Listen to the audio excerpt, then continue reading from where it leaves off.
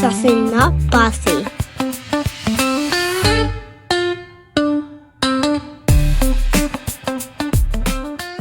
Welcome into Saucy Not Bossy. I am Shanna Ferrigno, and today I am introducing you to one of the sauciest women in my life, one of my best friends since college, Vanessa Goodwin.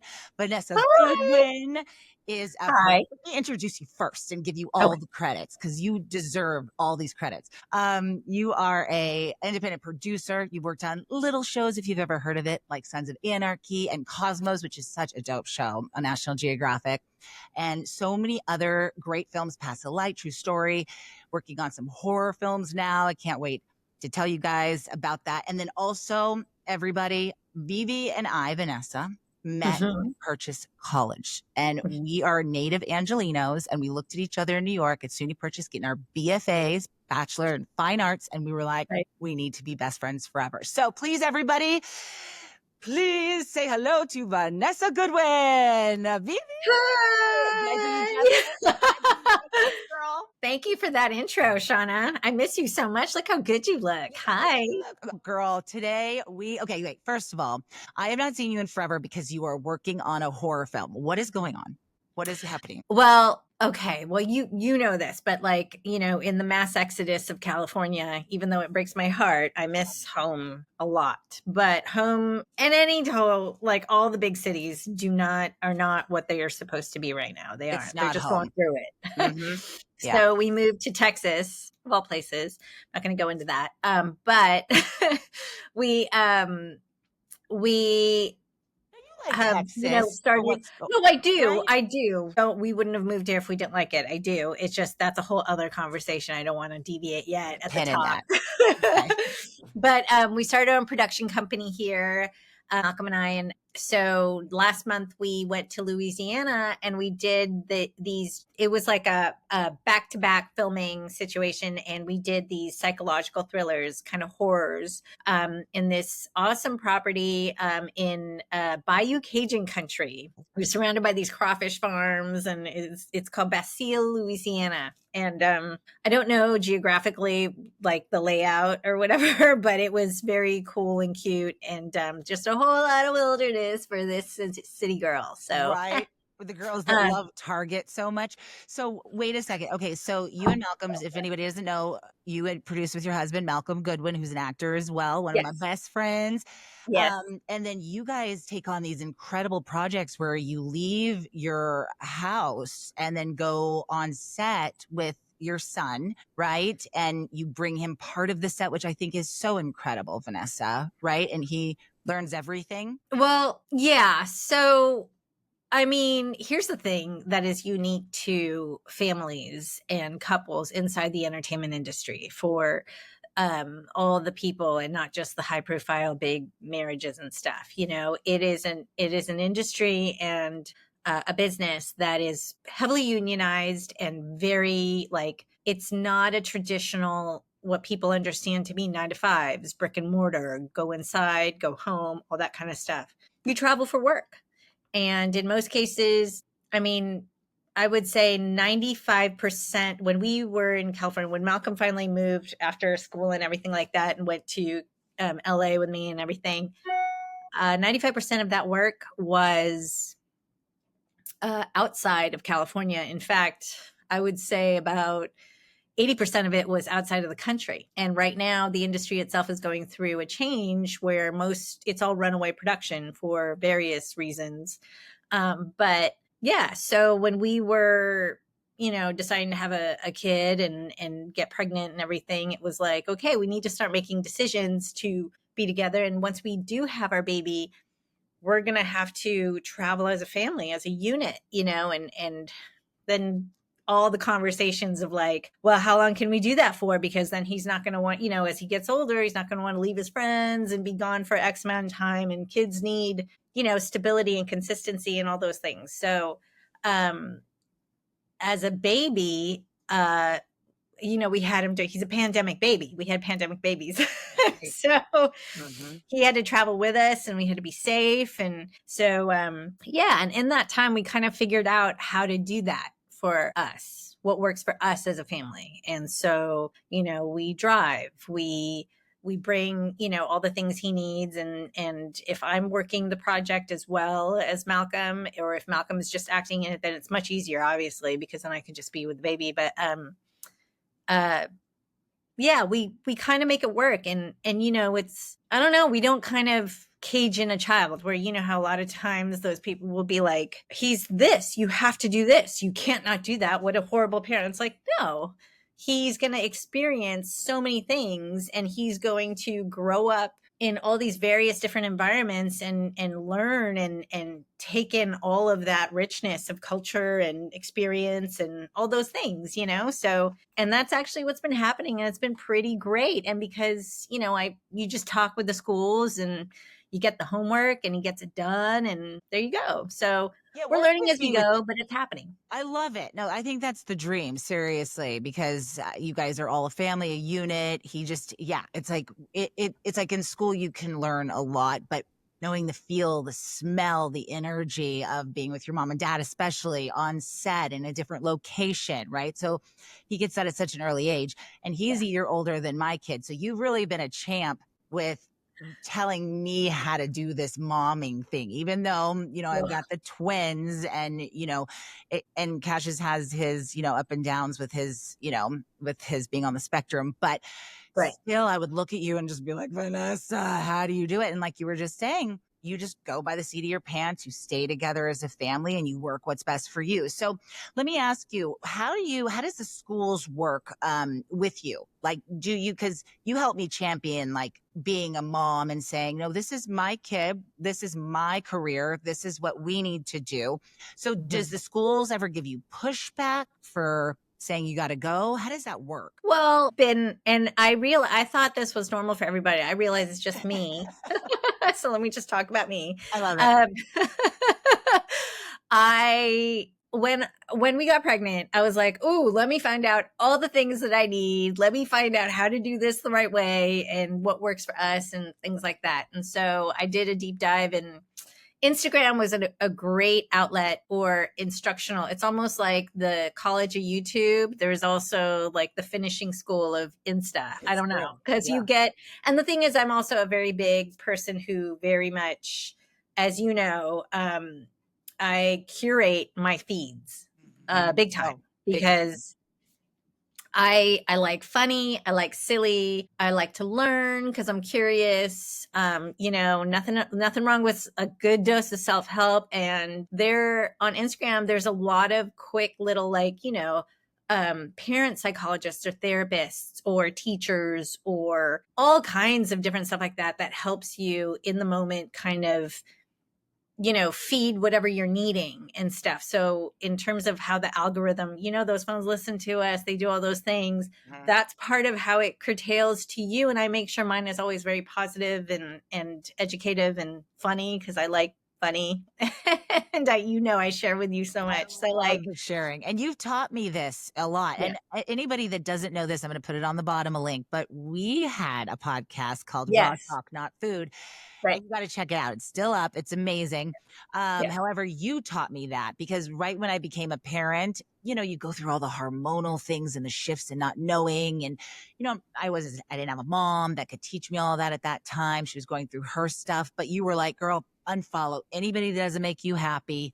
Like, only look at good, kind stuff, because the phone is listening. So that was a huge tip, and it has been as a parent for me. So thank you. Yeah. And like, you know, all the negativity out there and everything, be really mindful and intentional about where you get your news, what you're watching, all that kind of stuff. You know, just don't get smacked in the face with it. Like, it's going to be like, you know what I mean? It's just no wonder people, and then there's so much, it's so easy to get influenced or think a certain way because we don't have time to really do the deep dive and really understand or educate ourselves on things. And I just got so sick and tired of all the soapboxes.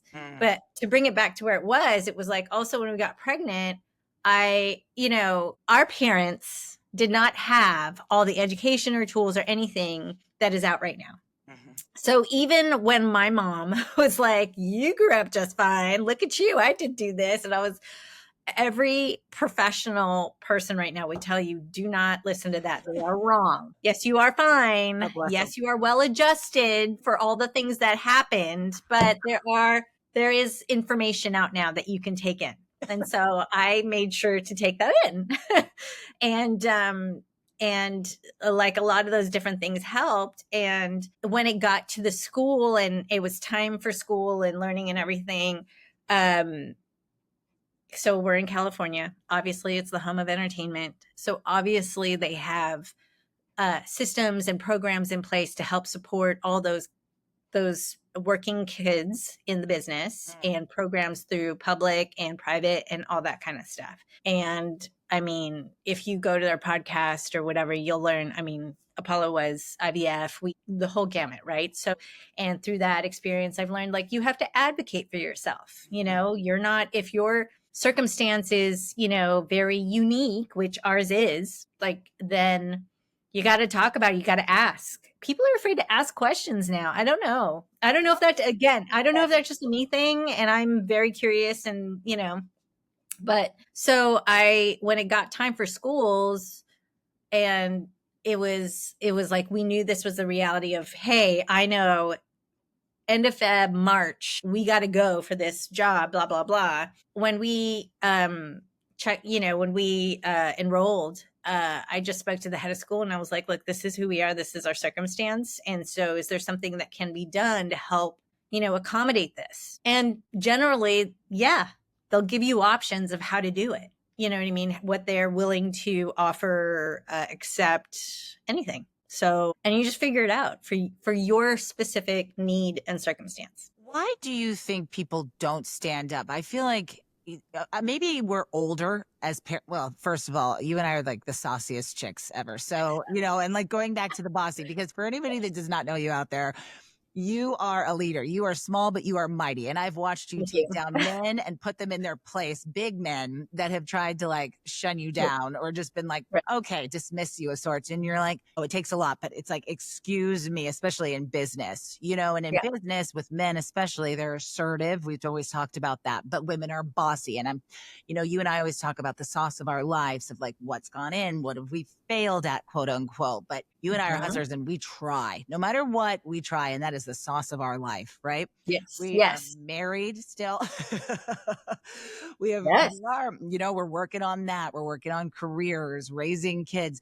So we've always had, you know, a voice, especially coming from LA where we've had to stand up for ourselves. But do you feel as though you have had more of a voice since being a mom? Do you think that's shifted, or you've always had that inside and it's just brought it out more?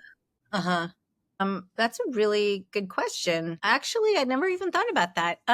I think, look, personally, I'm a petite woman, Asian, like it has all those stereotypes, right? But I am American. I was raised to have an opinion and a voice. I went to an all-girls school growing up, and there's some validity to the science behind same-sex schools. Because you didn't have, and we had uniforms, so we didn't have that, you know, influence of boys interrupting, or, you know, you've got a better dress than me, I need to do that. We didn't have that noise. So it was all very much like what you put in, what you brought to the table kind of environment, so that all that distraction was out of the way. And so I think that really helped a lot with in my formation, in terms of just having a certain amount of confidence in being in a room, you know, and there are studies that people can look at in regard to that, because if at a regular public school and kindergartens, I think they've shown that where boys are naturally going to overpower and raise their hands first, and girls are a little more, you know, passive in that way, and they're going to wait, they're a little more patient. So there's that piece of it, but then also, you know, depending on who you are as a person, if you have ambitions, if you want, you know, if you're a go-getter, if you're a hustler, if you were pushed as, I don't know, there's so many different factors that influence that, right? But I was one of those kids that at 18, I was like, bye, gotta go. I don't know why. I mean, all my nephews and nieces do not want to drive because their parents just drive them and they don't understand. I was like, I bought my car before I even had a license. Like, what are you talking about? So it's just, I don't know. I'm not going to, even though privately I will say my opinion, I'm just not going to talk about like, my opinion on the newest generation of stuff, because we did our young crap too, but I think we were more scrappy. Yeah. And it just, it wasn't as easy. Okay. And we didn't have the gentle parenting. So, and yeah, I'll let you finish. And then we'll get to that one for sure. Yeah. But I think that, so, and then in business, as you are, like, I have to say personally, I mean, there's a lot of maturity and growth through just experience from young Vanessa to Vanessa where I am right now, because, I used to come in hot. As you mature and you go through experience and stuff, you realize in a leadership position, or as you grow in your career and your head or guiding or any kind of position like that, then you got to learn, like, it's how you deliver. Everybody now knows it's tone, it's all of those things. And, I think part of all that gentle parenting and all that kind of stuff, it comes from just honestly people skills, those invisible life skills that, are not necessarily taught anymore, but you have to learn as you get older. And that's what all this emotional, intelligence versus, IQ, there's EQ, there's all this stuff now. And so, yeah, as you go through life, you're supposed to get all of those things. And if you don't, you're going to keep getting hit with, friction and conflict. And I'm, as a producer, there's always some type of, you're the one that has the hard conversations all the time. So I can't be uncomfortable or, not practiced in terms of having those conversations. So I made it a point to learn how to do them better. And you're always learning. So I've learned that. So I guess when it got to parenting, I mean, because you were there, the amount of like the patience that you learn. Ooh, I love that. The patience. Yes. And the just all the stuff you learn about yourself when you're having a newborn. I wasn't great. I had a newborn mom. I was not like, I had crazy postpartum. You don't even know you have it until you do. So there was all of that experience. And if you're older, then there's going to be more of an identity crisis, right? Because you've had a life and you have the experience. Whereas if you had a baby at 20, you don't even know who you are. Right. So it's all those differences. And, that's what's kind of, I am part of that mindfulness and intentionality, is really kind of what helps me keep it together, so that, and obviously you girlfriends, friends, family, yeah, like, what I mean? That keep it together so that when you are outside your head and you're losing it and you come out your face, like, you know how to bring it back together or how to apologize, or how to like learn, because some people really don't. And I think that's the issue right now. I think this generation of new 20-year-olds that I'm experiencing in terms of like work environment and stuff don't have the EQ or the ability to, handle the invisible skills. But I think they come with this like, I'm a boss bitch. And that's where they're missing that. It's the entitlement, section. But I think they get that false entitlement from all the social media they grew up with. And remember, that generation had no boundaries with that because it was new. They didn't know it was cool. Even the parents were on it. Like, you know what I mean? Where now I'm like, they tell you like limit the videos, and they're seeing how it's all affecting certain growth mindsets and stuff like that. And so, and everybody's in their own place with it. I mean, shoot, I can't say nothing. Apollo is on that, and we started video games way too soon, but we were smart about it because they are native digital users. Malcolm was all about brain games and smart information coming in. And even Apollo found his favorite show for a while there was Number Blocks, and it taught him a whole sense of like his sense of numbers and all that kind of stuff. I mean, he knew how to multiply at 2.5, 3. I was like, okay. Yeah. Yeah. Smart boy. So again, going back, like I didn't grow up with, I don't even know what this phrase is, the gentle parenting. I had a mom that was like, if I'm in her face and I start yelling at her at the grocery store, she's like, oh, you're going to embarrass me. I'm embarrass you right now. See, God forbid, because Cassius has his meltdowns because, being on the spectrum. Yeah. Will get sensitive, my husband, because he'll be like, people are looking at me. And half of the time, I think they're looking at him because we live in a community where there's older people where they're like, I've been there. It's not like LA where it's a city where it's like, ugh, they don't want kids. They're judgment, like, all those things. Right. But, but however, no matter if he's on a spectrum or wherever our kids are, no matter what, if you're running into the street, you're getting grabbed. Like there's no like, please come back. I watched this kid started running into the parking lot and she's like, come back. I'm like, your kid's going to be dead in the road by the time it turns around to say what, or right. Yeah. I think people confuse gentle parenting and they just let everything rock and it's passive. And again, this is where Instagram, the, finishing school of Instagram kind of really helped me put it into perspective. And honestly, it's not like this is how you got to make all this information your own. You got to like ingest it. And how would you do it? How would Shanna do it is different than how Vanessa would do it. But there's the purpose. You know what I mean? We get the purpose. And like they tell you got to regulate yourself first. And then you can regulate them, because if they're losing it and you're losing it, everyone's losing it. And that's just it. Like there's and the thing is they're little, they don't know how. Right. And like, that is the biggest lesson from the whole thing. I go, remember, and you know how miserable I was during potty training. Like it took a piece of my fucking soul. Like it was just, I still feel you. Yeah. And then you're hit with all those people are like, we did it in 3 days. I don't know what you're talking about. Let me show you how to do this and do. And well, my mom, and I'm like, care. I just want it done. I just want somebody else to do it. Like, what the heck? And how it was like, how long did it take, Apollo? So for us specifically, because there's all those regressions and everything, like and right now, everyone's all into early, catching things early, right? Like the speech things and their milestones and all that kind of stuff.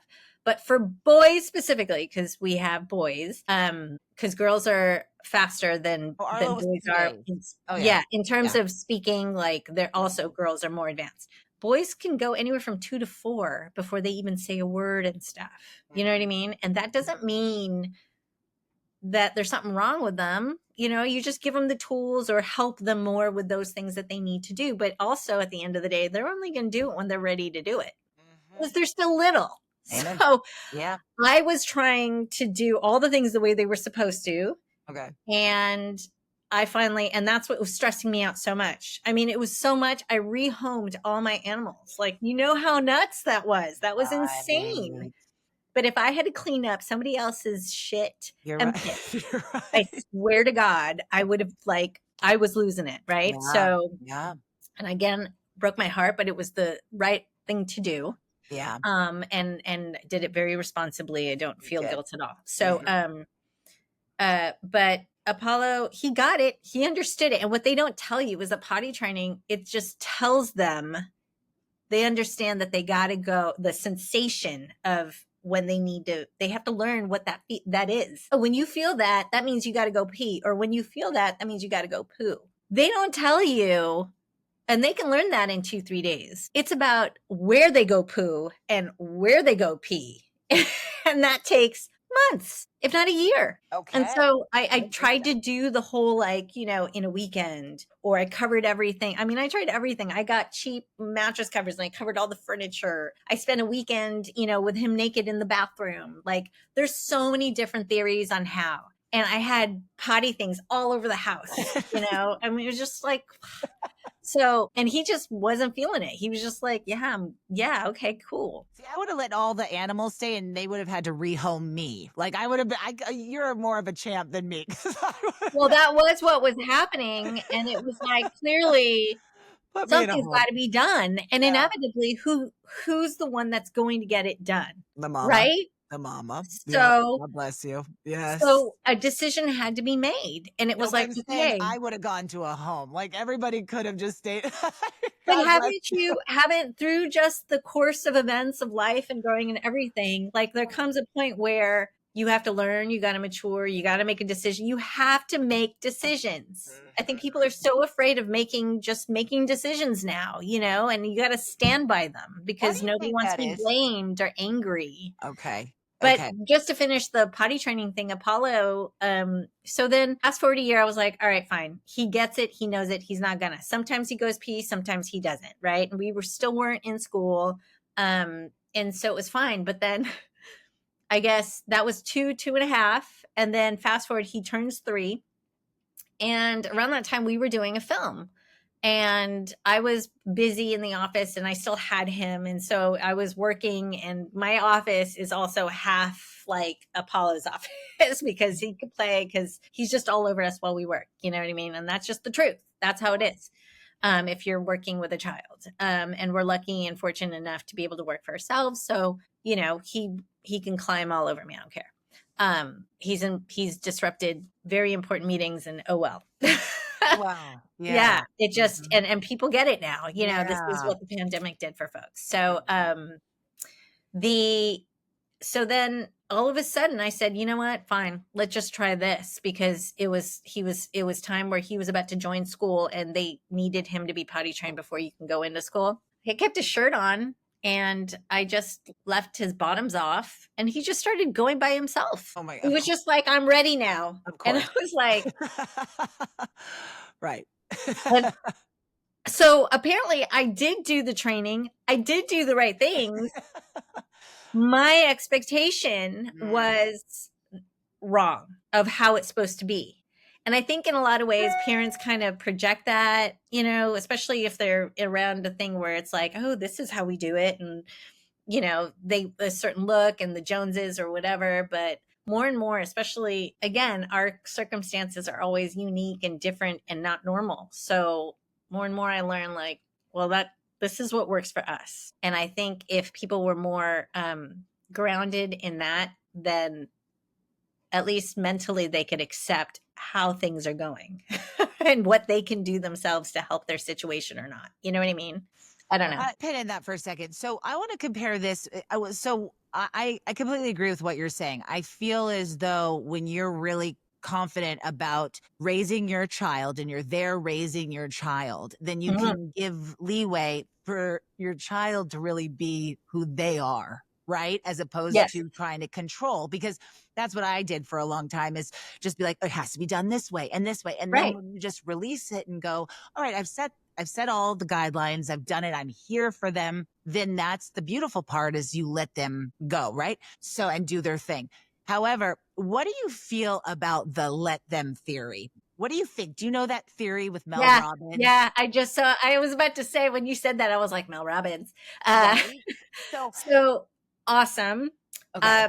And I think in the parenting, there's so many different ways of saying it. She's just coined that phrase that's been really great. And it's a good reminder, but like, let it happen. Let them do it. You know what I mean? Like, remember way back when I think it was like Gwyneth who was starting her first podcast, and she had Oprah, and Oprah said something where she's like, when people are talking crap about you and you're not supposed to hear, it's not your business. Let them. Who cares? Right? And as we get older, as I get older, as Apollo gets older and we're deeper in the tooth in terms of parenting and all that kind of stuff, I'm like, let it happen. I can't do it. I'm one person. I can't be there to micromanage any of it. So let it happen. You know what I mean? Even like being a boy mom, there are so many things that you just have to be like, okay, that's a boy thing. I grew up in all women households. Like my mom, her sister, like we're all girls. This boy mom business, from the farts to, all the video gaming, all the just the physicality and it's crazy, but it's awesome. You just give into it and you go, hey, that's who he is. He's silly. He loves to dance. He loves EDM and show tunes. Okay. Like, let them tell you who they are. You know what I mean? They're still absolutely. figuring out their personalities. So, I mean, you know, Malcolm and I are really good about letting Apollo be Apollo, and he is his own star. No, I You love know, that. I'm not trying to fit him into a mold. You know what I mean? Like, and yes, there will be aggro things. You know what I'm saying? Like, even eating. He's a picky eater. Look at how circular this is. I was a very picky eater. I was so picky. Like, I remember they would, you know, parents back in the day would be like, well, you're not getting out this table until you finish your food. I'd be like, I, and I just sit there and wait. And I would wait them out. You know what I mean?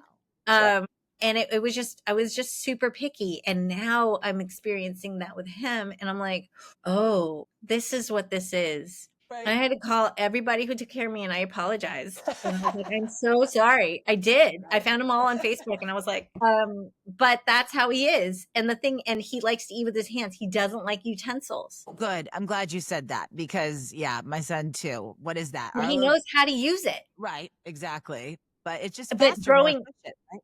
Yeah. But growing up, a big thing was table manners, right?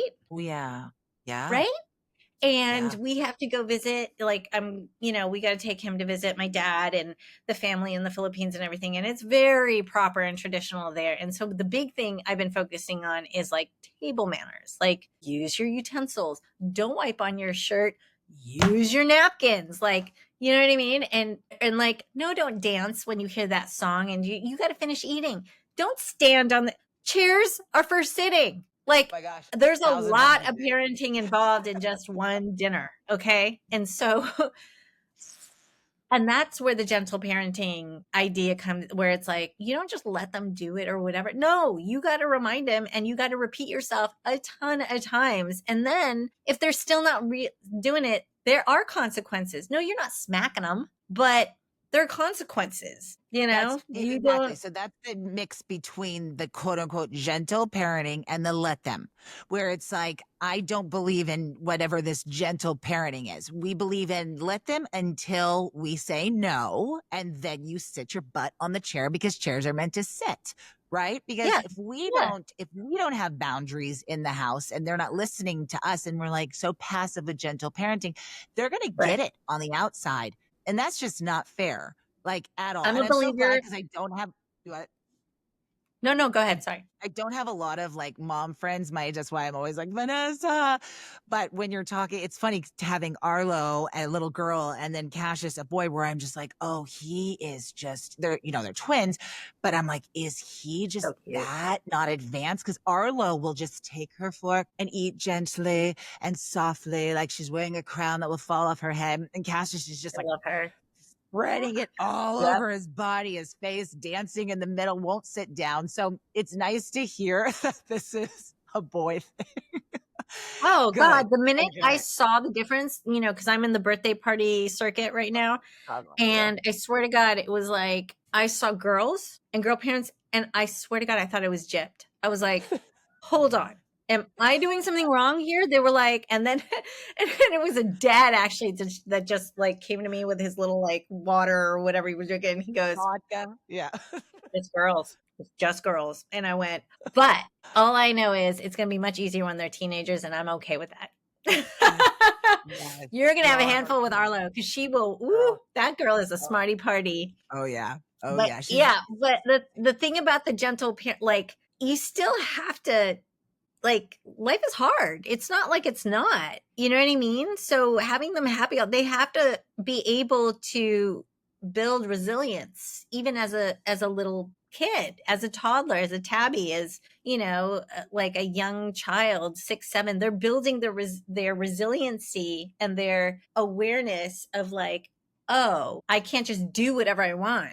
You know, there are consequences to not listening to my mom. You know, you build respect that way. You build a healthy fear of certain things. You know what I mean? Yeah, I'm going to grab you if you're running out in the street, and yeah, I'm going to have a tone about that and tell you I didn't like it. Yeah, and yeah, you're going to feel bad. And you know what? That's how you're going to learn. You're going to feel bad. Doesn't mean I don't love you. He knows he knows we love him. It doesn't matter if he does bad or not. But that's where disappointment in him, all that kind of stuff. And it's been working. Like all of a sudden he's just turned 5. And there are moments now where it's like, oh, he gets it. He doesn't want to disappoint us. He wants to, you know what I mean? And that's okay. And I don't know, you just, as new parents, you just have to realize that half the time you're aggro because you're frustrated, you're overstimulated. They're just doing who they are. So if you can get yourself, and that was something I learned, if I can get myself like, and do the things I need to do to take care of me so that I can be centered and grounded, and it's a lot of work, you know what I mean? Like even then I'll be better able to deal with what he's coming with and learning and all that jazz. Yeah. But you know what I love what you said is, and that's how I feel too, is I'd rather my kids are upset when me and Chris are disappointed in them, when we're very disappointed, as opposed to fearing us when we're angry. So that's just the way to do it, right? Where if I'm just like, you're going to make me sad. And I was like, don't cry, Mom. And I'm like, or she just notices every little thing, like she's so inherently empathetic. They know what's right and wrong. Yes. So they know when they're going to be pushing, and Apollo is he's funny. He likes to do jokes. He likes to do like practical jokes and things like that. And I'm like, okay, you know what I mean? But he still doesn't know, which is funny and cute, but he doesn't know when it's not funny anymore. Right. Yeah. Like, so then you got to tell him, okay, that's a lot. That's a bit much. Like, okay, enough now. You know what I mean? And it's okay. And he'll be like, oh, and it's like, yeah. Yeah. It's over. Yeah. It's like, then that's how they inherently learn to read the room. You know what I mean? That's even something that a lot of people don't even know how to do as adults. They don't know how to read the room. It's mind-boggling. Yeah, it really is. And seriously, it's funny because sometimes I get guilty. I don't know about you, and I know we're actors at heart, but it's just, I don't love fake play. Like Arlo's got her cute little kitchen set and we do tea and I'll do it. But I sometimes feel guilty, but I'm not that mom per se, but I am the mom that will be a ride and die. I'm the one that will listen when she needs, and Cassius when they have their feelings and they have all their, but I'm trying so hard. Vanessa, do you have any tips for me when I just don't want to pretend like, and I know they need to as kids, but I'm like, I want to teach you the lessons of life. You don't have to play with them. You don't have to play with them. Really? I get permission not to play with them? You get permission not to play with a brother. Here's the thing. You're there. You're present. Yeah. You're watching. Like when Apollo does all that stuff, I'm like, that's so cool. And you can just watch them play, but you don't have to do it themselves. Sometimes I'll do a voice when I think it's funny and it just happens or something like that. I'll be like, look what he said. Malcolm does the same thing. But if anything, they just want you there to watch them do what they're doing and show you, because you're their first friend, right? You're their audience. So just watch them. Apollo, he'll play all the time. And so when we were in Louisiana, the entire crew and all the cast, I mean, he's a cuddler. I'm a cuddler. He loves to cuddle and hug and all those things. And he would pull them and go, I would like to cuddle now. And literally all the actresses were like, okay. And they would just sit there and he would play his Roblox or Minecraft, or they'd watch some type of something and they would just sit and cuddle and watch him while I was working or whatever like that. They'd work on their lines, but he'd just sit right next to him. And that's all it is, or if they're playing cards, or he right now I got him into remember those books where you search where in the world is Waldo, but now they have it for Minecraft and Roblox or, I Spy, all that. And so he'll do that and talk to you about it. And you just listen, you just go, oh, okay, cool. That's neat. Half the time I'm on the computer working or something and I just look and he just wants some acknowledgement and attention. Cool. Yeah. I'll give it to you. Okay, good. I don't have a problem with that. Now I know, and again, that's in the moment, right? If I'm I need to concentrate. I'm doing taxes. I'm doing a budget. I'm doing something, you know what I mean? Yeah. Where I'm like, my brain and bandwidth need to focus. That's why you have a partner, or you ask for help, your mom, your neighbor, whoever you have to help you in your village. That's when you go, okay, I'm doing this at this time now. I need you to do that. Mm-hmm. And you find those tools to help you succeed at what you're doing. Remember, and we've said this all the time, you put the oxygen mask on first and then they will. So yeah. And you have two. Remember, you were so happy to have twins. And I was like, ooh, girl, I'm so afraid. I am. I read this blog where this woman was like, I hate being a twin mom. And then this other woman wrote underneath it and said, okay, well, if you were to give one up, which one would you choose? And she was like, okay, that changed my perspective, because, you know, like there's moments, but at the same time, being a twin mom, I will look at Arlo and say, I gave birth to two of you, go play with your brother. Like I have extra excuse, but you know, it's the balance of all of it. And I'm trying to raise kids with self-esteem. But it's not them. It's you, and you're needing the help. So it's essentially going, and that's where I was like, oh, okay, let them do them. They can do them. Yeah. You're going to take care of them. They're not killing themselves. They're not doing anything. So in that moment, if you're the one that needs something, support, whatever, if you need like a breath, I mean, for how long? I don't know if I can even I can't go to the bathroom yet by myself. Oh no. No, what is that? What is that? The shower? I cannot. I have to shower at like 3 a.m. Like I'll close the door, like I'll be in there, but he has no compunction to not be like, oh, mama's in the bathroom, let me not do that. He'll just open the door, leave it wide open, be like, mommy, look at this, you know? And I'm like, and that's okay, because that's what it is.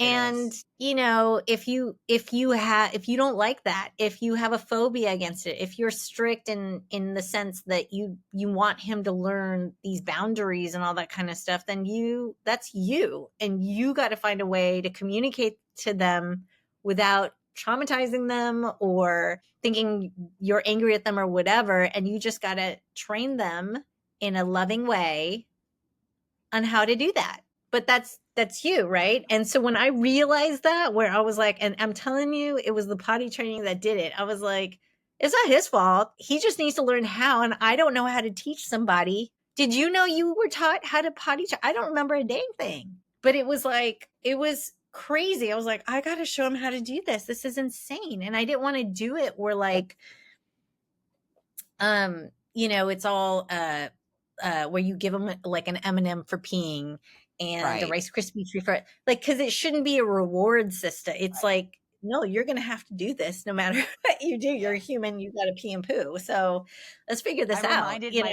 I reminded myself looking at some of these people I'm surrounded with, like just in life. And I go, how do you tie your shoes? Like if you're adulting, you know how to go to the bathroom. My kids will be able to use the potty. You have to remind yourself that. My kids are far beyond some of these people that I'm meeting out there. You know, it's just wild. Yeah. But I think the fact that we're even having this conversation means we really give a shit and we're doing a good job. You know, like I worry so much. And at the end of the day, I'm like, when is she and him going to get to this and this and this and this? And then they just get there. And I'm like, oh, okay, well then let's go on the ride doing it this way, you know, but thinking that I think social media is great, but I also have to unfollow those people that are like, my kid's doing this and that, and I don't care. And is your kid happy with you because you're on recording them 24/7? You know, it's like, are you really present with your kid if they're on social media with you all the time? Well, so that's a really interesting thing, right? Because we are in the age of social media and like, do you share your child? Do you not? And, you know, we just have so much more with it. Like, and then you're afraid of like predators and all those things, consent conversations. And I'm like, huh? How do you have what? So, you know, and we're an entertainment family. So it's like inevitably that conversation is like, oh, are you going to put them on? Are they going to do this? Are they going to do that? And it's like, are you, you know, then you get into the Nepo baby thing or, you know, you're pimping out your kid and all that stuff. And it's like, hold on. I've met many a friend, okay, that did a couple of print ads and a commercial or something. Their parents put it into a savings account and they were able to pay for college and then some, and they're great to go. Yeah. There was balance. There was intentionality with it all. There was all of those things. And they listened to the kid. When they were done with it and they didn't like it or didn't enjoy it anymore, it was a wrap. So you can't say that for every single case where there was a bad situation that happened, they were forced or whatever, that inevitably all of them are like that. That's not fair. That's not the way. Because so like we went and did these 2 films in Louisiana, and Apollo was in the second one, and it was really cool. Yeah, it was really cool. Like, I'm not killing or anything, but like there's a whole VFX thing, and his is very kind of otherworldly, and he had to do all this underwater filming and this fun stuff. And so but it was like working with him, and he was like, yeah, I want to do it. I want to make movies like Mommy and Daddy. And it's like, okay, cool, let's do it. He's not really talking, he's just acting. And so you have to direct a 5-year-old to do what they're doing, but then you have the movie magic layered on top of it, and that's awesome. How is that a bad experience? You know what I mean? Yeah. And he had fun, and it was enriching. So, as he gets older and as he do it, we'll listen to him and see where he's at with it. Well, there's different. He wants to be part of what you guys are doing organically. You're not just like driving down to Hollywood or leaving your house in Kansas to move to Hollywood and pimp him out, right. Because you have to pay your bills through him. Yeah. So no, that's a beautiful thing. Because I've met a lot of people that leave their kids at home with nannies, and they go off and they're in charge of the productions, and they're in charge, but they just don't want their kids involved. And I'm like, it's so much sweeter when, even if Apollo wants to play video games all day and just sit with all the actresses and doesn't want to be in it, it's just so much sweeter to have your child there, especially the mother. Absolutely. Now, balance. I totally he shouldn't be on screens or whatever full time all day. He isn't. But in that particular circumstance, he was doing his homework. Both of us were working like production hours, which are insane. There was a village of people. He's right in front of me, and I can see him, and he's getting all the things, right? And so, yeah, there was a bit of a free play in that way, if you want to call it that. But it's not all the time. You know what I mean? He knows that it's not all the time, and that this is special because we were here doing this right now. So there's a lot of communication, and that's parenting in that moment. Like while we were in the pandemic, and all those kids in school and stuff like that. And there were all those parent speakers and therapists and everybody saying, get them off the video screens and la, la, la, la, la. It's so damaging to their brain, all this. Those very same people were like, put them on the screen. Just do it. You need time. You need to center yourself. You need to, the whole thing. And it is what it is at this point. You can talk about it afterward. It was like, right, there's some balance here. It's a tool, and you just got to be mindful about how you use it. It's not like mindless, And I think that's what people are losing. Yeah. And I also feel like, especially as a mother, I just feel like once you're a mother and your child's not with you, if you're working, you always have a piece of yourself somewhere else, right? If your child's not with you while you're working a job, but that's just how I feel. So it's beautiful that he can be with you right in front of you, and that you can see that he's safe, so you can do your job to the best, because you're not worrying, oh my gosh, what time did we pick? Where is he? Whose hands is he in? So that's wonderful. That's awesome, V, that you've created a life like that for yourself. That's awesome. Okay. So we could talk all day, but okay. So because both of us probably have pickup to do, because my life is revolved around pickup. But on this topic, what do you want to put out there and tell everybody about not the mistakes you've made, but just what words of advice for people that are about to have kids, in the middle of toddler phase, any of that? What would you say? That's huge. I guess what I would say is, you can give yourself some grace. Like, it's okay. I had crazy postpartum. I experienced a lot of mom guilt. I was breastfeeding. So I had breast milk insecurity. I was going through all the different things. And I realized it was because I didn't want to damage my kid in some way. I wanted to do it perfectly. And there's this new way. And so I'm trying to, this is how it's supposed to be. And this is how you should do it. La, la, la, all those shoulds and how, and, and I think you educate yourself about it. If you don't know, make a point to find out about it and see how you can do it for your family and yourself. But at the end of the day, it was like, okay, I don't need all of the things, and let me make it reasonable for our lives. And it's okay if I'm just not perfect. You can't be perfect. Like, it's not about perfection, right? It's about, like, is it working? Is everybody chilling? Is everybody happy? Are we living? And that is something that you just got to kind of feel out and do for yourself. But part of that is just letting yourself be okay. I didn't wake up early enough this morning. You know what I mean? I was late to school. My bad. Like, you know what I mean? Like, yeah, dinner's going to be nuggets or oodles and noodles or something. It's okay. If you're getting it most of the time and you're in charge, because if you're the primary parent, you're in charge of, like, the big picture, right? When they're eating, when they're sleeping, what they're wearing, how they're doing stuff. Did they do all those things?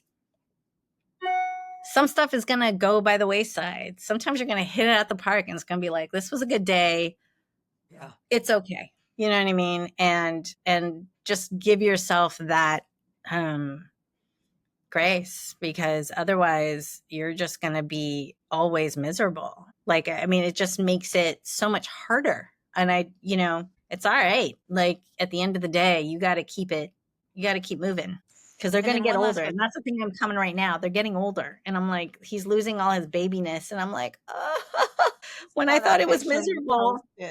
Oh, the little chunks. Oh, yeah, when you thought it was miserable. But I don't believe, Vanessa, maybe because I have two, but when they're like, the days are long, the years are short, kind of, but kind of not. Like, I've run through kind of like my life, like, I missed my 20s. No, I ran that shit to the ground, right? Like, my 30s even. I'm good. I banged my head against the wall enough. But when you say give yourself grace, because me personally, I don't have any help. I have Chris, right? But I don't have a village. Where the fuck where's that? Like, where's the hotline to call for the village, right?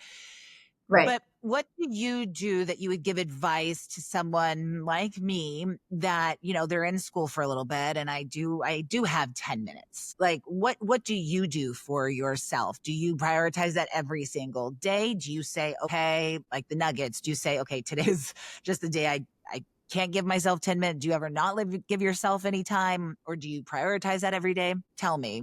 Any advice with that? I mean, depending on the day and what's going on and the calendar and the current event, it is, it's all those things, right? And so what I had to figure out, I think I started this maybe year of the strike, right?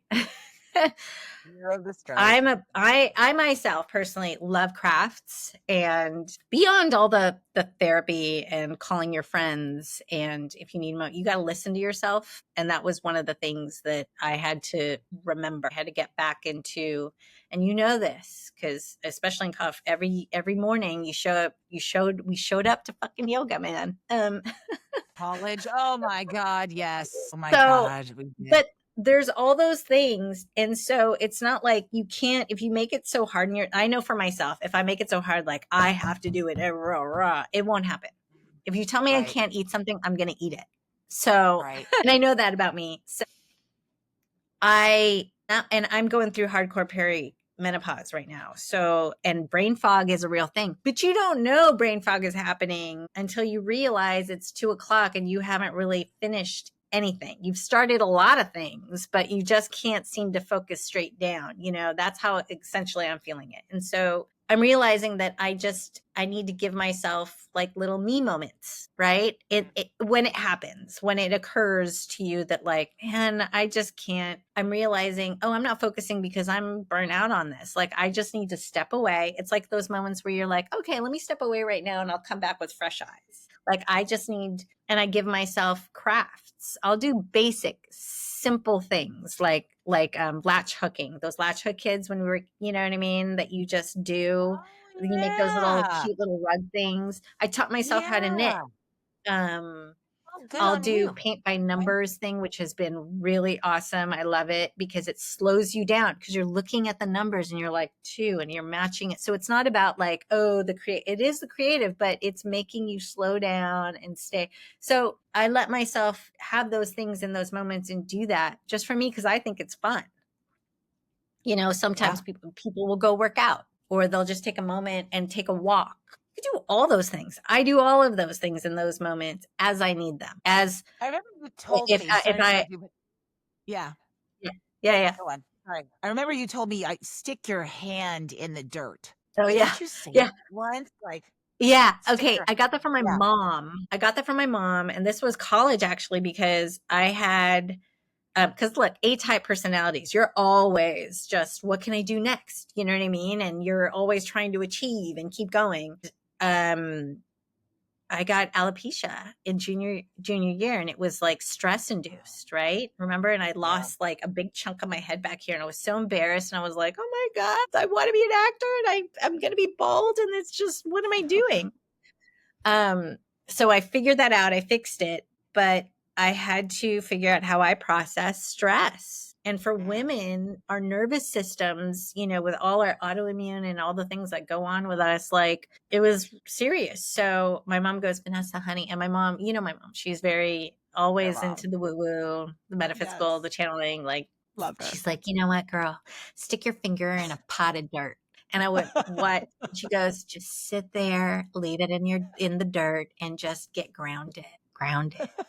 And, you know, feel the earth. And I was like, and I'm like, Mama, and I'm talking so much shit in my head of like, oh my God, she's doing it again. But I did it, and not for nothing. It's so simple and basic and ridiculous, but you get grounded, you get back down to, you know, and it's like, it's all those things of like one thing at a time. You're only one person. You can only do this. So what is high priority right now? What do you need to handle? And what can you just let go, let it rock? And what is really the deal, you know? And I constantly have to do that with myself, you know, because as you get older, you get more responsibilities, you get more bills, you get more things, you know, and whether you like it or not, and that's what a lot of these new people getting out of school, whether you like it or not, you still got to do it. And no, you're not going to become a millionaire. Not yet. Or ever if you don't have a work ethic or, you know, a mentality about the process versus just the achievement, you know, all those things. And so that's all that is. That's what that is. It's about grounding. And I know for me, journey wise, it's always about staying grounded because I can just in the busy and the whir of stuff, but I need to always ground. So doing a little craft, something that I can start and finish and get that immediate gratification thing, that helps me to ground and go, at least I did that. I completed that. Because as a mom, you have forever lists. Like laundry is never done. I just don't understand why, but it's never done.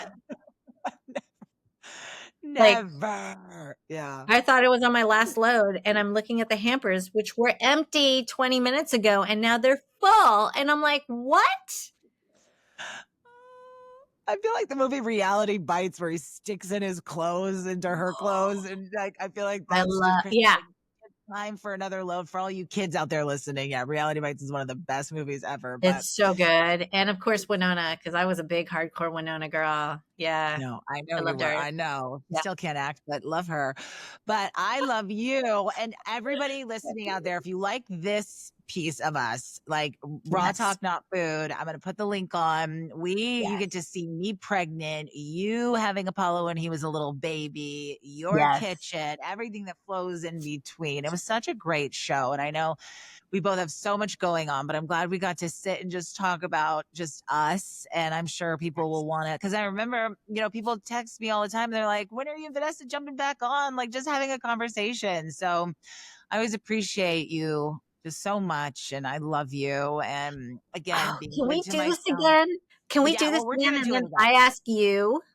Yeah. Well, I ask you how you're doing it. Because you're doing a lot. And I honestly, how do you do it? like listening to you, have great friends like you. And then also Friends. not just having friends to have friends that have kids because we procreated at the same time, because I think that's a really, no, I think that's a really bad setup because they aren't your 100%. friends. You just happen to be in a same class with them. It just happened to be the same timing, but they could give really shitty advice. And like, I don't know these Yeah. people, but they do it their way and they're giving me advice. It's like, no, Yeah. I'll take advice from my best friend, like, but I'm not taking advice from somebody in a classroom that's barely met me. So I Yeah. think that's a really good piece to just say, you know, call somebody that you trust. And if you have a hard moment of parenting, they're not going to judge you. They're just going to say, oh, you put a pin in that because I've done this, and this that's been off. And this is what happened from it. So, you know, just having real talk, you and I, you know, and real conversations and good people. And again, this is why I wanted to do this brand, is because it's Saucy Not Bossy. You and I are women that, you know, people have tried to put us down a lot in business, in life. And, you know, we have a voice. We are strong. We did go to girls' schools. You know, that's why Arlo's in a Montessori right now. And she's going to stay there until first grade because you get to be the leader, you know, and I want her to be the leader as opposed to just going in kindergarten with everybody. Everybody has their own techniques. But for her, I like that as a woman, you know, where she gets to be the sauce, you know, of the class because she is already. Well, and also just friends, you know, your quality of friendships and what you can really, where you feel you can really share and be authentic and really, you know, with no judgment and no space of that, because you need that. Like women need that. Yeah. Like you and I have never been in a fight. Like I think about the women in my life and I'm like, we've never fought. Like there's nothing to fight about. You just talk it out. You work it out. But like these women, they're like, I'm not talking to my friend for months. I'm like, that's awful. You need to repair that ASAP and not let distance grow if you're really going to keep a strong friendship. Like men can't. But I don't even think that's friends. You know what I mean? Where it's like families fight, friends can fight, but it's like a building block, right? Even in marriage, there's fighting, there's conflict, there's loving, there's humor, there's the whole emotional wheel, but fundamentally there has to be a loving, accepting, non-judgmental unconditionality about it all, right? So, and I think we have that. I'm like, I know our friend group has that big time. There's absolutely. And we applaud the wins, you know? Yes. Like, what did Oprah say? You can't be friends with people that want your life. And it's not necessarily that anybody like wants exactly our life. Cause some days I'm like, I don't want this life, but you know, it's just like applauding the wins. And I also think working on yourself is big because you sent me this and it was so brilliant about narcissists. Cause I know that can be an overused term, but a real side of a narcissist is someone that can't be happy for you. Right. Yeah. Because it's about them. Right. And because of their insecurity, whether they know they're insecure or not, but it's all about them. And I thought that was a great way to catch a narcissist. If you see somebody around you that makes it about them all the time and can't celebrate your small or big wins, right? Yeah. Yeah. Like, you know, listening, even just being present. You know what I mean? I remember when my dad passed, it wasn't like I didn't need anybody to tell me like how to feel or resolve something or whatever. Sometimes I just needed just a person or a friend to just be there with me. I was feeling what I was feeling, but you know, let's go to a movie. And you did that. A lot of folks did that for me. You know what I mean? Because it sucks. There's nothing nice you can say. And honestly, saying thoughts and prayers or, you know, all that kind of stuff. It's just like, yes, thank you. I know you love me. I know you care. Yeah, it's sad. What are you supposed to say? What are you supposed to say? Right. You just got to be there because you're there. Give you chocolate. I know you. Or be like, you know what? I know you're feeling sad right now. Let's go do something fun. You know, let's go get some ice cream. Do you need some ice cream? Yeah. Okay. Let's like those little things. And girls are really great for that. You know, that's what the sisterhood is all about. It's not always the big stuff. You know what I mean? Yeah. Especially guys. I feel like my husband is sweet, the best, but sometimes I feel like men want to fix it. And it's like, you can't just fix it, where girls can hold your hand and just sit with you a lot, like good friendships. Well, men are conditioned to be fixers, providers, all those type of things. So, you know, but that's a whole other combo.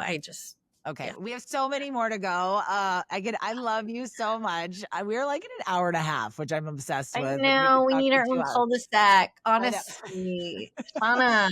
I know. I love you. And I hope everybody takes just having fun with us because I have fun with us. I was like, let's just talk. This will be great. Okay. So next time I interview you and we'll talk friends, girls, and then we can, and then at the end, let's talk about our snacks. Cause I know you got some new ones. I got new ones too. Okay. Next time we bring snacks. We'll snack chat. Snacks and food and all the stuff, like all the outside stuff, the fun things, the Target trips. Yeah. Oh, okay. We're going to talk about the highlights, what keeps us sane as parents. Target will be. This is what we're talking about, though. Like sometimes if you're just losing your crap, I need to go up and down every single aisle of Target and go, yeah. That's a good price for that. Touch and then just go home. Put it in the cart, take it out, just walk out. Yeah, just got to go. But it just felt fulfilled. Yeah. Oh my God. Yeah. I love you. I love you. I love you. I love you. Pick up right now. My life is surrounded by pickup kids, but it's amazing. Yeah. It's a fun thing. Yeah, I got pickup too. I love you. Love you. All right. Bye, honey. Bye, babe.